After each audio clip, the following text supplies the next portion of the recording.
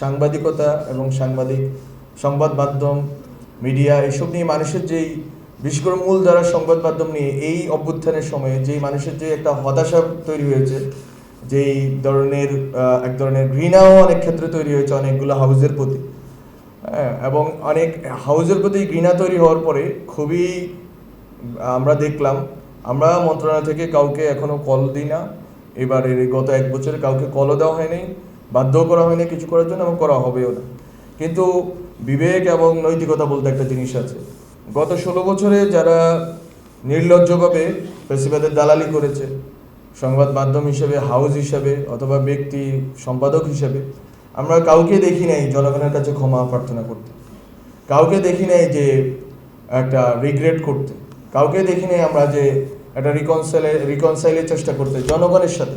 সংবাদ মাধ্যম, আমাদের যে বক্তব্য সেটা হচ্ছে সংবাদ মাধ্যম আসলে সরকারের চেয়ে বেশি জনগণের কাছে দায়বদ্ধ থাকবে।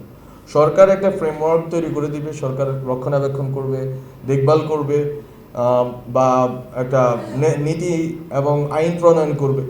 কিন্তু সংবাদ মাধ্যমের আসলে যেরকম রাজনৈতিক নেতারা জনগণের কাছে দেয়, আমরা এটা বারবার বলছি, গত 3 মাস ধরে আমি বলে আসতেছি, সংবাদ মাধ্যম যদি স্বাধীনতা চায়, স্বাধীনতার সাথে সাথে তার অ্যাকাউন্টেবিলিটি নিতে হবে, রেসপন্সিবিলিটি নিতে হবে, তাকে দায়িত্বশীল এবং জবাবদিহিমূলক ব্যবস্থাতে যেতে হবে।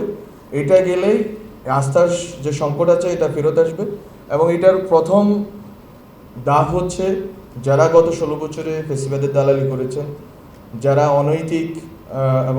অনৈতিকতা এবং দুর্নীতির সাথে ছিলেন, তারা যদি নিজেদের কে স্পষ্ট করেন জনগণের সামনে, এবং হাউজের যেই এক ধরনের পক্ষপাত এবং এক ধরনের বিভিন্ন দেশি বিদেশি স্বার্থের সাথে সংশ্লিষ্টতা, এটা থেকে বেরিয়ে আসেন। এবং আমরা এটা দেখছি গত 6 মাসে অনেকগুলো হাউস একটা নির্দিষ্ট গ্রুপ রাজনীতি এবং অনেক ক্ষেত্রে গণ অভ্যুত্থানের যে আকাঙ্ক্ষা এবং একটা ঐক্যবদ্ধ বাংলাদেশের যে প্রচেষ্টা, সেটাকে মণ্ডুল করার চেষ্টা করেছে।